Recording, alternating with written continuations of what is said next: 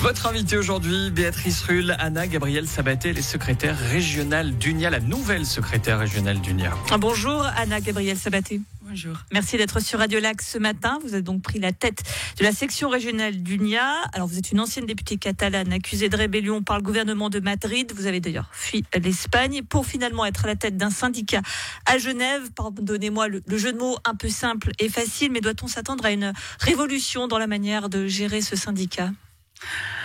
Je prends très très au sérieux cette responsabilité, donc effectivement je ne la mêle pas avec la situation existante à l'État espagnol.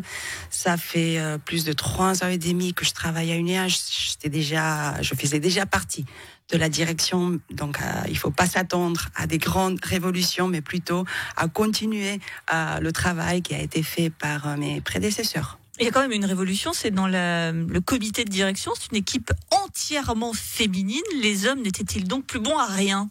Pas du tout. Il y a beaucoup. Sont plus là. Ils sont pas, c'est vrai, à la direction de UNIA Genève, mais ils sont représentés effectivement au secrétariat et parmi nos membres. Il faut pas s'inquiéter non plus par rapport à ça. Moi, je me réjouis d'avoir une direction entièrement féminine. D'ailleurs, c'est la première direction entièrement féminine dans le Suisse. On n'a pas d'autres directions, d'autres cantons qui sont composés que par des femmes. Mais effectivement, le syndicat, c'est pas que la direction du syndicat. Mais pourquoi ce choix finalement ? Écoutez, il y avait des membres de la direction qui étaient déjà là, donc c'est une direction qui va combiner de personnes qui sont arrivées plus récemment. Il y en a d'autres qui sont là depuis longtemps, dans la combinaison, disons, d'expériences, de nouvelles arrivées, avec des profils qui sont complémentaires. Et c'est vrai que mon élection et l'élection de la secrétaire régionale adjointe, parce qu'il y aura aussi une adjointe, fait que la tête, si on veut l'appeler comme ça, elle est entièrement féminine. Mais j'insiste, le syndicat, c'est les bras, c'est le cœur, c'est les jambes. Donc, parmi nos membres, parmi nos instances, bien évidemment, les hommes, ils sont représentés, il ne faut pas s'inquiéter. Donc une direction profondément collective, on a bien compris le message. Est-ce que l'idée aussi, Anna Gabrielle Sabaté, c'est pas aussi de redorer l'image d'UNIA après cette affaire de harcèlement qui a secoué le syndicat il y a quelques années, avec le départ d'ailleurs du syndicaliste genevois incriminé ? En fait, la tolérance zéro existe, on l'a déjà démontré, on en fait un principe fondamental. Donc c'est bien une question un peu d'affichage quand même. C'est-à-dire, moi, je veux aussi rassurer par rapport à ça. C'est pas parce que on a eu des cas à l'interne, malheureusement, on n'est pas à l'abri des problèmes qui existent à niveau sociétal. C'est pas qu'on veut lancer un faux message ou faire semblant que ou établir une direction que symboliquement on pourrait démontrer. La tolérance zéro, elle a toujours été là, elle va continuer à être là. Moi, je pense que le message plutôt, c'est que dans les milieux syndicaux, on fait certains paris aussi de nous instaurer dans des branches qui sont pas forcément traditionnellement syndiquées, notamment le tertiaire, où il y a pas mal des femmes, pas mal précarisées avec des conditions qui sont pas toujours les meilleures, et le fait d'avoir une direction féminine peut adresser surtout un message à ces femmes, de dire venez au syndicat, on fait partie de vos inquiétudes, organisez-vous. Alors justement, c'est quoi votre priorité à la tête d'UNIA, qui est un très grand syndicat, on va le rappeler, près de 13 000 membres, une quarantaine de permanents?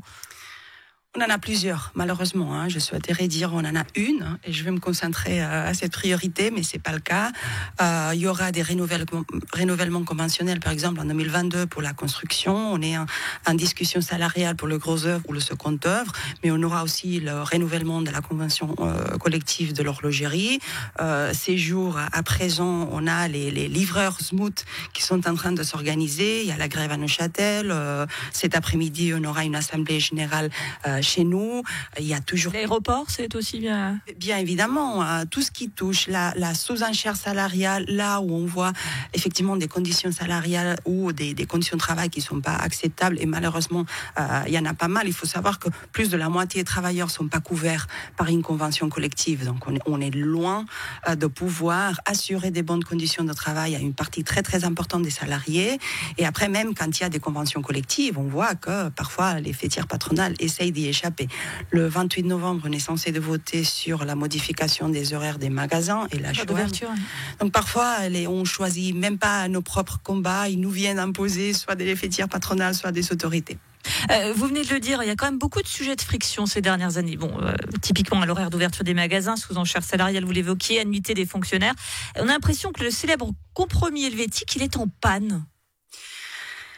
Moi, je suis plus dans la confrontation syndicat, patronat, alors qu'avant on arrivait à se mettre autour d'une table et à discuter. Moi, j'espère que ce soit pas comme ça, c'est-à-dire qu'on puisse effectivement réouvrir les possibilités des négociations là où c'est juste en plus. C'est vrai, on vient de traverser une période très très compliquée, beaucoup de licenciements, personnes années rachetées, perte d'emploi, mais par contre, par exemple dans la construction, les carnets commandes, ils sont pleins. Les travailleurs de la construction, ils travaillent sous beaucoup de pression, avec une forte assistance sur les délais. Le travail, il est là, les bénéfices, ils sont là. Alors, je pense que c'est une question de volonté de distribution de la richesse. La richesse, elle est là. La distribution des milliards, disons, dans les poches des actionnaires doit un peu basculer vers la distribution de la richesse, là où elle est créée, donc chez les salariés. Merci beaucoup, Anna Gabrielle Sabaté, secrétaire régionale d'UNIA.